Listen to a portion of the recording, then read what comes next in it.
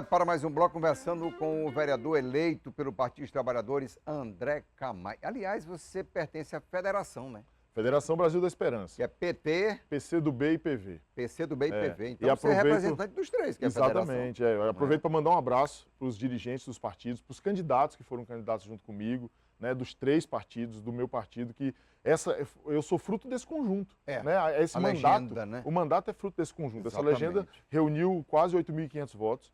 Foi muito importante para a gente conseguir esse mandato.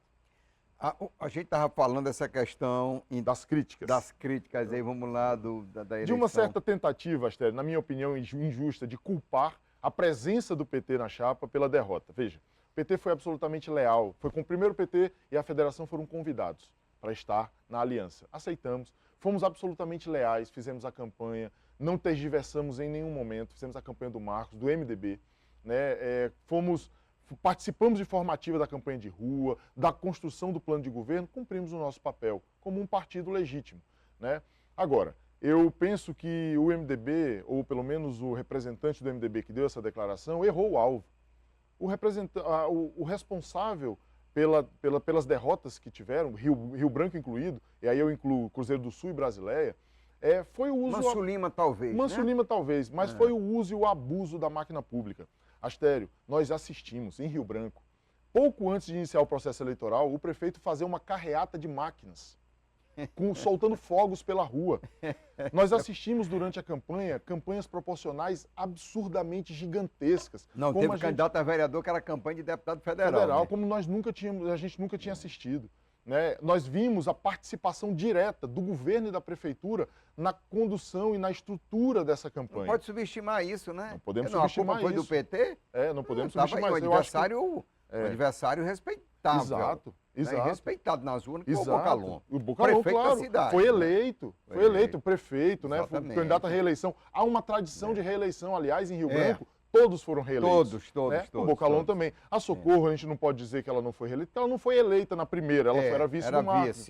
Exatamente. Então, todos os que disputaram a primeira eleição foram reeleitos na segunda. Então, eu acho que o MDB precisa fazer uma avaliação clara do que foi esse processo eleitoral. Com tranquilidade, né? Com tranquilidade. O PT, a Frente Popular fazia isso, né? Claro. Terminou a eleição, reúne todo mundo, vamos fazer uma avaliação, o que foi que aconteceu e tal, e tirar as lições. Né? E nós, Astério, nunca jogamos a culpa das nossas derrotas em ninguém. Aliás, nós sempre procuramos tratar aliados como aliado. Nós não sustentamos uma aliança por quase 30 anos à toa. Né? Os aliados estiveram conosco, a gente sempre procurou cuidar. Eu acho que o MDB cumpriu um papel importante, pode cumprir um papel importante para frente. Né? Nós estivemos nessa aliança, essa aliança se encerra no fim do processo eleitoral, mas o diálogo continua aberto, possível. Tá no mesmo campo, até porque o MDB está no mesmo campo. Exato, nós na Câmara, por exemplo... Exatamente, na Câmara, por exemplo, eu sou um parlamentar, serei um parlamentar de oposição, mas o MDB tem 3 que serão de oposição. O ex-deputado, vereador agora, Nenê Almeida, Heber Machado e o Fábio Araújo. Né? E mais o vereador Zé Lopes, que é do Republicanos. Então, eu vejo que não cabe esse tipo de avaliação agora. Não cabe tentar culpar um aliado pela derrota. Nós temos o maior respeito pelo MDB, mas o MDB precisa olhar que o uso e o abuso da máquina pública deu o resultado dessa eleição. Eu acho que 2 coisas interessantes essa eleição ela está sepultando. Primeiro, é que o PT não governa Rio Branco há 5 anos, né? O Acre. Exatamente. Bom, então não dá para dizer... O Acre é 7. Era 7, a 7. É culpa do PT, porque, pelo amor de Deus, cara, já estamos fora do poder faz tanto tempo. E outra questão é alegar que a urna eletrônica não é segura. Tanto é que a maioria dos eleitos, até no Brasil, foi do campo da direita e do centrão do que da esquerda. Exatamente. Então não tem que estar questionando urna. Você acha que é isso mesmo? Eu acho que é isso, Astério. Acho que chega dessa distração. Né? Nós temos que discutir política grande. Nós temos que parar de ficar botando na pauta coisas que não têm interesse ao povo. Vou te dar um exemplo, Astério. Vai ter essa semana uma audiência pública lá na Câmara de um vereador que perdeu a eleição, que está discutindo a proibição da participação de crianças na parada LGBTQIA+. Astério, nós temos quase 3.000 crianças que saíram da escola de 2018 para cá. Saíram. Elas estavam e saíram da escola. Nós temos um problema de professores que foram demitidos no meio do processo eleitoral porque não houve planejamento para cuidar dos professores e mediadores das escolas. Nós temos problema de escola rural que foi fechada. Será mesmo que o grande problema das crianças em Rio Branco é a participação, e um pai e uma mãe querer escolher levar o filho num evento cultural? Ou não, né? Ou não. Ou não. Querer ou não. Não, eu não vou, o outro disse eu vou. Eu vou, pronto. A gente tem criança na rua, Astério. Na rua, pedindo. Nos sinais. Nos sinais, né? sabe? A gente vê crianças andando no semáforo, na porta dos supermercados, sabe? Os conselhos tutelares estão passando dificuldades. Às vezes não tem água para beber, não tem material para o conselheiro trabalhar, entende? Não tem combustível para o carro do conselheiro andar. Então, assim, a gente precisa levar o debate aonde ele precisa estar. Ele precisa ser sério, esse debate sobre Rio Branco. A gente tem que tirar, pelo menos por um período, a cidade da gincana eleitoral. Nós precisamos tirar. Eu me preocupo muito. Encerrou a campanha. Claro, eu me preocupo muito, Encerrou a campanha. Quando eu vejo agora o prefeito que nem tomou posse do segundo mandato, já armar o palanque de 26. Eu acho isso muito grave. Já está se discutindo isso, pois né? É. Antecipação do processo. Pois é, aí já é candidato a governador, o outro já é candidato a senador. Eu acho que nós recebemos a tarefa do povo agora para cuidar de Rio Branco. E nós temos que fazer isso. Os candidatos, os vereadores que foram eleitos na base do prefeito, o prefeito e nós que fomos eleitos na oposição. O nosso foco agora é esse. Rio Branco está cheio de problema. Estélio, eu vou te fazer uma pergunta aqui. Na segunda-feira, depois da eleição, eu queria que as pessoas que participam aqui digam: alguém viu alguma equipe do Asfalto Rio Branco na cidade? Na segunda-feira, depois da eleição. Acho que no Acre todo para tudo, né? Parou tudo. Astério, as ruas, a gente viu as ruas diluindo nas primeiras chuvas. Quem é que vai pagar essa conta desse trabalho mal feito que foi feito lá? São as empresas ou é a prefeitura que vai pagar de novo? Esse é o papel do André Camargo na tribuna da Câmara. É isso, a gente precisa saber quem vai pagar. Aqui é uma tribuna também, né? Nós precisamos discutir, Astério, a prefeitura está com possibilidade de fechar esse ano com um déficit de mais de 80 milhões das contas públicas. O Tribunal de Contas já apontou que o prefeito já extrapolou o limite prudencial da Lei de Responsabilidade Fiscal. Entende? Então, tem muito problema para discutir. Não dá para a gente ficar discutindo essas distrações. A gente não dá para ficar discutindo 2026. O povo está precisando de trabalho. O povo está precisando da gente. Entende? Nós vamos precisar fazer isso. Eu vou fazer um mandato, eu me comprometi com o povo na rua, Astério. Eu vou fazer um mandato perto do povo. Porque a Câmara precisa ser uma caixa de ressonância das vozes das ruas. Das ruas, com certeza. Sabe? Das angústias e das esperanças. Sobretudo das esperanças do povo. O povo depositou esperança na gente. São 21 pessoas que receberam votos. Nós precisamos agora dar voz a isso. Vereador eleito André Camargo, a gente sabe que nos bastidores já acontece a discussão para a eleição da futura mesa diretora da Câmara, que acontece dia 1º de fevereiro. O vereador mais votado, né, ele é empossado, ele assume e ele vai presidir a primeira sessão. O que é que você está pensando sobre a eleição da mesa?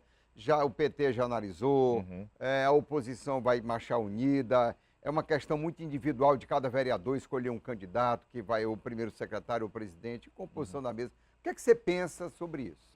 Astério, eu pretendo olhar para esse processo com muita responsabilidade. Já foi convidado para alguma conversa? Já conversei com algumas pessoas sobre isso, né? Mas eu acho que a gente tem que olhar para isso com muita responsabilidade e olhar a Câmara como uma instituição do Estado. Né? Nós não podemos botar isso na conta nem de 2026, nem na conta simplesmente da governabilidade do prefeito e nem de uma disputa entre oposição e situação. Ou situação em situação. E situação em situação, que a gente está vendo uma guerra de bastidores ali dentro do PP, inclusive, que é o partido que fez 6 vereadores. Exato. Né? Então, assim, eu vejo que nós da oposição, o primeiro passo que nós temos que dar é unificar a nossa posição. Eu já conversei com os companheiros da oposição. Com o Heber. Conversei com o Heber por telefone, conversei com o Fábio pessoalmente. Almeida. Falei com o Nenê Almeida por telefone e falei com o Zé Lopes pessoalmente. Né? Falei com os 4 vereadores. E externei para eles a minha posição sobre isso. Acho que nós temos que ter uma posição unificada. Nós temos que tomar uma decisão pela Câmara, evitando que a Câmara seja silenciada como foi em outros momentos. Evitando que a Câmara seja tratada como uma extensão da Prefeitura. Puxadinho. Exato. A Câmara precisa ter soberania, a Câmara precisa ter a sua autonomia. Eu sou defensor disso. Então, a minha posição no diálogo com os amigos da oposição é essa, de que nós precisamos garantir a força e a importância política da Câmara de Vereadores. A segunda coisa é que eu defendo de que a gente não permita que o prefeito acumule sozinho todos os poderes no seu próprio partido. Né? Eu acho que eu sou a favor de que nós tentemos construir uma conciliação na Câmara. Eu acho que não tem necessidade de uma disputa ferrenha. Nós podemos construir isso. É claro. Mas assim, André, não é ruim a construção de consenso dentro do legislativo, não, porque parece que fica tudo muito combinado e ali a gente vê em alguns legislativos essa combinação. Mas eu acho que a combinação ela tem que ser em favor da Câmara e em favor do povo. Essa é a combinação. Não pode ser uma combinação em favor do parlamentar, da estrutura, do benefício de um ou de outro. Não é isso. A Câmara já dá estrutura para os vereadores. Sim. A gente tem condição de tocar os mandatos. Disso, isso aqui tranquilo. A Câmara precisa ter sua autonomia. Quando eu falo da possibilidade de a gente dialogar, é porque, de fato, a disputa está no campo da situação. Sim. E essa disputa se dará lá. A disputa está lá. Né? Acho que o PP tem a legitimidade de reivindicar por ter sido o partido que fez a maior bancada, que fez a maioria dos votos, que tem o mais votado e que tem outros vereadores que têm essas condições. Mas nós vamos conversar. Se a oposição fosse convidada a apresentar um candidato para compor a mesa, e a oposição escolhesse você, porque são 4, 5, não é? Sim. Você aceitaria? Claro, sem problema. Eu acho que participar da mesa não é aderir a nenhum projeto político do prefeito ou de qualquer outra coisa. Como a Assembleia Legislativa tem hoje. Claro, eu acho que a mesa da Câmara ela é uma composição do seu próprio retrato. Né? Eu acho difícil que me convide, eu sou o partido único de um campo e do Partido dos Trabalhadores, mas eu não vejo problema da oposição participar. Né? E isso não quer dizer que a oposição se rende às relações internas nisso. Claro. Né? Não é isso. Cada cargo na mesa é votado pelos pares. Câmara. É a instituição Câmara. Né? E participar da gestão da Câmara é legítimo de qualquer vereador. A transparência é fundamental, né? Fundamental. Ali, né? A gente sabe disso, né? E a Câmara de Vereadores, Astério, tem uma questão importante. Eu não sei se quando você esteve lá como parlamentar já era assim. Mas a Câmara, por exemplo, ela não tem verba indenizatória. É diferente. Não tinha. Não tinha. Diferente.